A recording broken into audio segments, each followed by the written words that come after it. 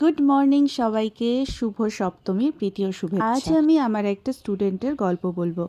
ও beauty, ও নিজে হাতে এই সুন্দর ব্লাউজটা বানিয়েছে। কাজের প্রতি ওর এত ভালোবাসা আমাকে বরাবরই মুগ্ধ করেছে।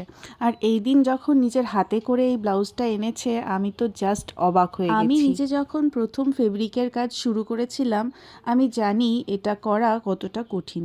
অন্তত যারা সবে শুরু করছে তাদের জন্য তো বেশ কঠিন। সেই হিসেবে বলতে গেলে মাত্র 1 বছর ক্লাস করার পর ও যে এত সুন্দর একটা প্রতিভা দেখাবে আমি সত্যি কল্পনা করতে পারিনি।